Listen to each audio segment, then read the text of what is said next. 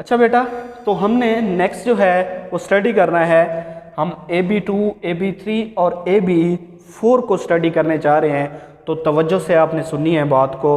अगर कोई सेंटर वाला एटम ऐसा हो, जैसे A है, सेंटर वाला एटम ऐसा हो कि उसके आखिरी शेल के अंदर इलेक्ट्रॉन्स हो 4। क्या? फिर से सुनिएगा, सेंटर वाला एटम ऐसा हो कि उसके आखिरी शेल में इलेक्ट्रॉन्स हों 4, तो वो किस तरह से मॉलिक्यूल बनाएगा, वो किस तरह से बॉन्ड बनाएगा, उसकी ज्योमेट्री क्या होगी, उसके बॉन्ड एंगल क्या होंगे।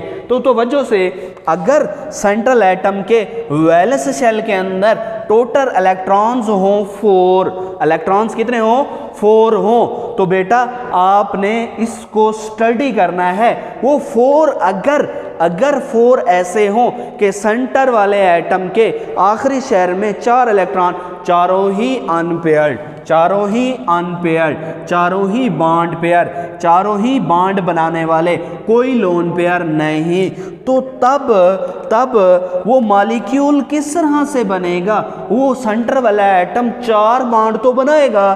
कैसे बनाएगा? 4 कोनों में टेट्राहेड्रल, टेट्रा मीन 4 और हेड्रल मीन कॉर्नर, हेड्रल मीन कॉर्नर, हाँ जी 4 कॉर्नर पर रहेंगे। हाँ जी, ये सेंट्रल एटम, इसके वैलेंस शेल में 4 इलेक्ट्रॉन, चारों ही अनपेयर्ड, 1 2 3 4 अनपेयर्ड। तो बेटा 4 बॉन्ड तो इसे बनाने हैं, 4 unpaired, 4 bond pair of electron है, कोई लोन पेयर नहीं है, 4 बॉन्ड बनाने पड़ेंगे। इसकी मॉलिक्यूल की ज्योमेट्री कैसे बनेगी तो आपने स्टडी करना है, अच्छे से इसे समझना है। तो बेटा 4 बॉन्ड इस तरह से बनाएगा, 4 कोनों पर, हाँ जी अपनी बॉडी के 4 कॉर्नर के ऊपर, 1 2 3 और 4, कितने बॉन्ड बनाएगा? 1 2 3 और ये 4 बॉन्ड। तो कितने कोनों पर बना रहा है? 4 कोनों के ऊपर ये बॉन्ड बना रहा है। इसी वजह से इसे क्या बोला है हमने? टेट्राहेड्रल। ज्योमेट्री क्या होगी? उस मॉलिक्यूल की जिसका सेंटर वाला एटम 4 बॉन्ड बनाएगा, उसकी ज्योमेट्री होगी टेट्राहेड्रल। ये कुछ इस तरह से जुड़े होंगे, एक सेंटर वाला एटम, उसके साथ एक एटम दूसरा, ये बी तीसरा चौथा, और ये 4 बॉन्ड बना रहा है सेंटर वाला एटम 4 दूसरे एटम्स के साथ। तो ये ज्योमेट्री कौन सी है? टेट्राहेड्रल। कितने कॉर्नर हैं इसमें? 4 कॉर्नर है। मैं गिनता हूँ कॉर्नर्स को इस मॉलिक्यूल के अंदर। तो बेटा 1 कॉर्नर, 2 कॉर्नर, 3 कॉर्नर और ये 4 कॉर्नर। इसी वजह से इस ज्योमेट्री को क्या बोला जाएगा? Tetrahedral. Tetra mean 4, hedral mean corner, यानी ये 4 कॉर्नर पर बॉन्ड बना लेगा। अब बेटा ये चारों बॉन्ड एक ही प्लेन में नहीं है, ये बात बहुत अहम है। ऊपर हम जितने भी स्टडी कर रहे थे, लीनियर, ट्रायंगल सारे ही एक प्लेन में थे, लेकिन यहाँ ये चारों बॉन्ड एक प्लेन में बना ही नहीं सकता जी। यहाँ कुछ बॉन्ड जो हैं, कुछ बॉन्ड एक प्लेन में है और एक बॉन्ड किसी और प्लेन में है, तो चारों बॉन्ड एक प्लेन में नहीं है। इसी वजह से यहाँ हम टोटल एंगल 360 को जो है वो 4 पर डिवाइड नहीं कर सकते। हम इसमें प्रैक्टिकली मेजर करते हैं और वो जो बॉन्ड एंगल आता है बेटा इन चारों के दरमियान, एक बॉन्ड, दूसरा बॉन्ड, तीसरा बॉन्ड, चौथा बॉन्ड, 4 कॉर्नर के ऊपर, तो वो जो बॉन्ड एंगल हमने निकाला चारों के दरमियान वो कितना आया? 109.5 डिग्री। टेट्राहेड्रल जहां भी लफ्ज आएगा उसका मतलब कि वो सेंटर वाला एटम ऐसा है कि उसके वैलेंस शेल में 4 इलेक्ट्रॉन हैं और चारों ही बॉन्ड बना रहे हैं। तो वो 4 इलेक्ट्रॉन चारों कॉर्नर पर बॉन्ड बना रहे हैं किसी से, तो उसकी ज्योमेट्री होगी टेट्राहेड्रल और उसमें बॉन्ड होगा 109.5 डिग्री। तो इसकी बेहतरीन एग्जांपल जो है वो CH4 है। कार्बन 4th ग्रुप का member, central atom carbon 4th group का मेंबर है। इसके वैलेंस शेल में 4 इलेक्ट्रॉन है, चारों ही अनपेयर्ड। तो ये 4 हाइड्रोजन से क्यों ना बॉन्ड बनाए? जब ये 4 हाइड्रोजन से बॉन्ड बना रहा है, बनाएगा तो कैसे बनाएगा? ये चारों सेंट्रल वाले एटम के पास 4 अनपेयर्ड हैं पड़े, तो ये 4 हाइड्रोजन से कैसे बॉन्ड बनाएगा? 1 2 3 और ये चार कॉर्नर के ऊपर बॉन्ड बना लेगा, तो चारों बॉन्ड एक प्लेन में नहीं हैं। अगर मैं कुछ इस तरह से कहूँ इन बॉन्ड्स को, एक बॉन्ड यहाँ से बेटा जी, दूसरा बॉन्ड, तीसरा और ये चौथा, वो बॉन्ड तो किसी और प्लेन में है बेटा। ये अगर एक प्लेन में है तो वो किसी और प्लेन में है, तो इनमें चारों बॉन्ड एक प्लेन में नहीं है। तो इनमें बॉन्ड एंगल चेक किया, वो कितना आया, 109.5 डिग्री का बॉन्ड एंगल आता है। उसके बाद बेटा अगर कोई ऐसा एटम है सेंटर में कि उसके पास 4 इलेक्ट्रॉन तो हैं, 4 टाइप के इलेक्ट्रॉन तो हैं, उनमें से जो 3 इलेक्ट्रॉन हैं वो अकेले अकेले हैं। कोई ऐसा एटम जिसके आखिरी शेल में 4 इलेक्ट्रॉन हैं, कुछ इस तरह से कि उनमें से 4 जो हैं, 4 में से जो 3 हैं, उस वैलेंस शेल में 4 इलेक्ट्रॉन हैं, 4 में से जो 3 हैं बेटा जी, वो 3 तो अकेले हैं, यानी अनपेयर्ड हैं, यानी बॉन्ड बनाने के लिए रेडी हैं। और जो एक इलेक्ट्रॉन है उसके वैलेंस शेल में वो पेयर्ड है। वो क्या है? पेयर्ड है। हाँ जी, तो उसके वैलेंस शेल में 3 अनपेयर्ड, जिन्हें हम बोलेंगे बॉन्ड पेयर ऑफ इलेक्ट्रॉन, और एक जो है वो पेयर्ड है जिसे हम बोलेंगे लोन पेयर ऑफ इलेक्ट्रॉन। तो बेटा ज्योमेट्री तो होगी, ये जुड़ेंगे तो 4 ही इलेक्ट्रॉन्स हैं हमारे पास टाइप के, तो ये कैसे जुड़ेंगे?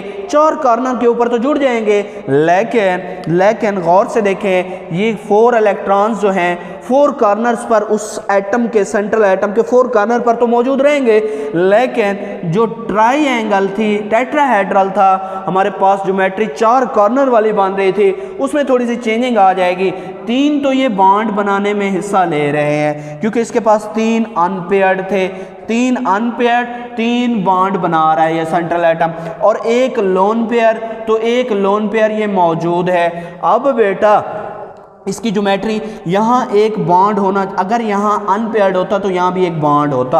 अब यहाँ एक लोन पेयर है और ये तीनों बॉन्ड पेयर हैं। ये टेट्राहेड्रल तो है, लेकिन यहाँ जो चौथा कॉर्नर है, 4th कॉर्नर है, वहाँ एक लोन पेयर है। वो लोन पेयर क्या करेगा? स्पेस ज़्यादा ऑक्युपाई करेगा। ये लोन पेयर इनको क्या करेगा? कंट्रैक्ट कर देगा। तो इनका बॉन्ड एंगल वैसे टेट्राहेड्रल का कितना होता है? 109.5, लेकिन इन लोन पेयर ने क्या किया है? स्पेस ज़्यादा ऑक्युपाई करने की वजह से इसे क्या कर देगा? कंट्रैक्ट करेगा। तो कंट्रैक्ट करने की वजह से ये बॉन्ड एंगल कितना हो जाता है? 107.5 डिग्री। तो इसकी बेहतरीन एग्जांपल है NH3। हाँ जी, नाइट्रोजन 5th ग्रुप का मेंबर है, नाइट्रोजन 5th ग्रुप का मेंबर है। उसके वैलेंस शेल में बेटा इलेक्ट्रॉन्स कुछ इस तरह से हैं, एक लोन पेयर है और 3 बॉन्ड पेयर हैं। हाँ जी, नाइट्रोजन के वैलेंस शेल में एक लोन पेयर है और 3 बॉन्ड पेयर हैं। तो नाइट्रोजन क्या करेगा? नाइट्रोजन ये करेगा, जो 3 बॉन्ड पेयर हैं वहाँ से तो 3 हाइड्रोजन से बॉन्ड बना लेगा। आखिरी शेल के अंदर एक लोन पेयर भी है, तो ये भी आखिरी शेल के अंदर 3 बॉन्ड पेयर थे, 3 बॉन्ड पेयर से तो 3 बॉन्ड बना लिए, और एक लोन पेयर से क्या करेगा? लोन पेयर भी 4th कॉर्नर यानी टेट्राहेड्रल के चौथे कॉर्नर पर मौजूद है, क्या करेगा? स्पेस ज़्यादा ऑक्युपाई करेगा। तो बॉन्ड पेयर के बॉन्ड्स को भी कंट्रैक्ट करके कितना एंगल कर देता है? 107.5 डिग्री। हाँ जी बेटा, उम्मीद करता हूँ आपको ये बात समझ आ गई होगी। नाइट्रोजन 5th ग्रुप का मेंबर है, उसके आखिरी शेल के अंदर 5 इलेक्ट्रॉन हैं, आखिरी शेल के अंदर 5 इलेक्ट्रॉन हैं। वो 5 इलेक्ट्रॉन कुछ इस तरह से हैं, एक इलेक्ट्रॉन अनपेयर्ड, दूसरा इलेक्ट्रॉन अनपेयर्ड, तीसरा इलेक्ट्रॉन भी अनपेयर्ड। ये 2 इलेक्ट्रॉन्स क्या हैं? पेयर्ड।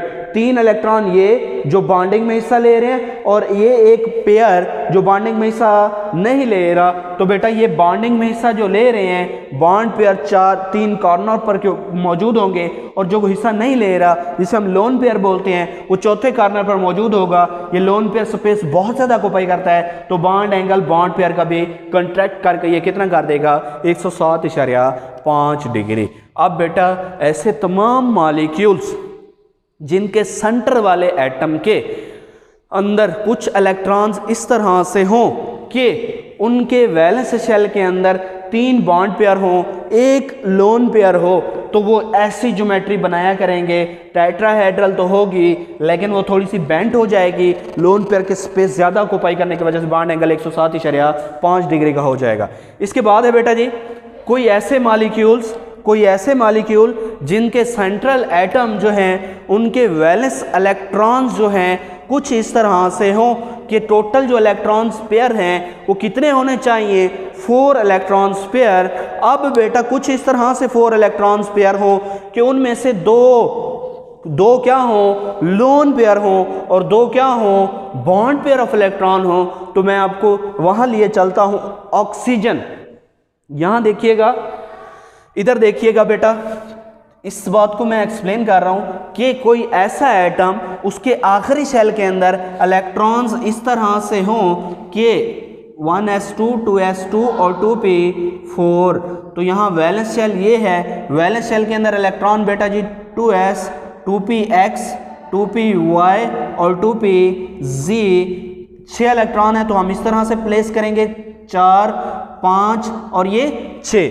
तो बेटा गौर से देखें, यहाँ गौर से देखें, इसके वैलेंस शेल के अंदर, ऑक्सीजन के वैलेंस शेल के अंदर हमारे पास 4 तरह के इलेक्ट्रॉन्स हैं। 2 ऐसे जो पेयर्ड हैं जिन्हें हम लोन पेयर बोलते हैं, 2 ऐसे जो अनपेयर्ड हैं, 2 ऐसे जो अनपेयर्ड हैं बॉन्डिंग, और 2 ऐसे जो पेयर्ड हैं जिन्हें हम लोन पेयर बोलते हैं। 2 लोन पेयर हैं और 2 बॉन्ड पेयर हों। ऐसे सेंट्रल एटम की ज्योमेट्री क्या होगी, ये भी 4 हैं, टेट्राहेड्रल होगी, 4 कॉर्नर्स पर होंगे, 2 लोन पेयर हैं, 2 बॉन्ड पेयर हैं। यानी ये एटम ऐसे एटम होंगे, कोई सेंटर वाला ऐसा एटम जिसके वैलेंस शेल में इस तरह से इलेक्ट्रॉन पाए जाएं कि वो 2 बॉन्ड पेयर हों, 2 लोन पेयर हों। तो बेटा जी वो ज्योमेट्री कौन सी रखेंगे, टेट्राहेड्रल, यानी 4 कॉर्नर्स पर ही ये 4 टाइप के इलेक्ट्रॉन्स होंगे। अब इनकी ज्योमेट्री टेट्राहेड्रल तो होगी, लेकिन कुछ इस तरह से होगी कि बेटा ये सेंटर वाला एटम 2 बॉन्ड पेयर से जो 2 अनपेयर्ड हैं, जो 2 बॉन्ड पेयर हैं, ये 2 जो अनपेयर्ड हैं बॉन्ड पेयर हैं, यहाँ से ये 2 बॉन्ड बना लेगा, उन 2 अनपेयर्ड से ये 2 बॉन्ड बना लिए। और ये जो 2 लोन पेयर हैं, ये 2 जो लोन पेयर हैं, ये क्या करेंगे, सेंट्रल एटम के ऊपर मौजूद रहेंगे। ये lone pair in bond pair के बॉन्ड एंगल को भी कंट्रैक्ट कर देंगे। कंट्रैक्ट करेंगे तो बहुत ज़्यादा, एक लोन पेयर नहीं है, 2 लोन पेयर हैं। तो ये ज्योमेट्री कंट्रैक्ट होकर बेटा जी क्या बन जाएगी, है तो टेट्राहेड्रल, 4 कॉर्नर के ऊपर ये मौजूद हैं। ये एक लोन पेयर यहाँ मौजूद है, यहाँ भी एक लोन पेयर मौजूद है इस कॉर्नर पर। तो बेटा जी 2 कॉर्नर के ऊपर 2 लोन पेयर मौजूद हैं। ये स्पेस बहुत ज़्यादा ऑक्यूपाई करेंगे, जिसकी वजह से बॉन्ड एंगल कितना हो जाएगा, यहाँ बॉन्ड एंगल हो जाता है 104.5 डिग्री। हाँ जी, 109 से एक लोन पेयर आता है तो 107.5 हो जाती है। और अगर लोन पेयर 2 आ जाएं तो ज्योमेट्री क्या हो जाती है, ज्योमेट्री तो टेट्राहेड्रल रहती है, बेंट टेट्राहेड्रल हो जाती है, और उसमें बॉन्ड एंगल कितना रहता है, बॉन्ड एंगल हो जाता है 104.5 डिग्री। उम्मीद करता हूँ आपको समझ आ गई होगी। नहीं समझ आई तो लाजमी क्वेश्चन करने हैं, ये बहुत अहम लॉन्ग क्वेश्चन है बेटा। ओके, अल्लाह हाफिज़।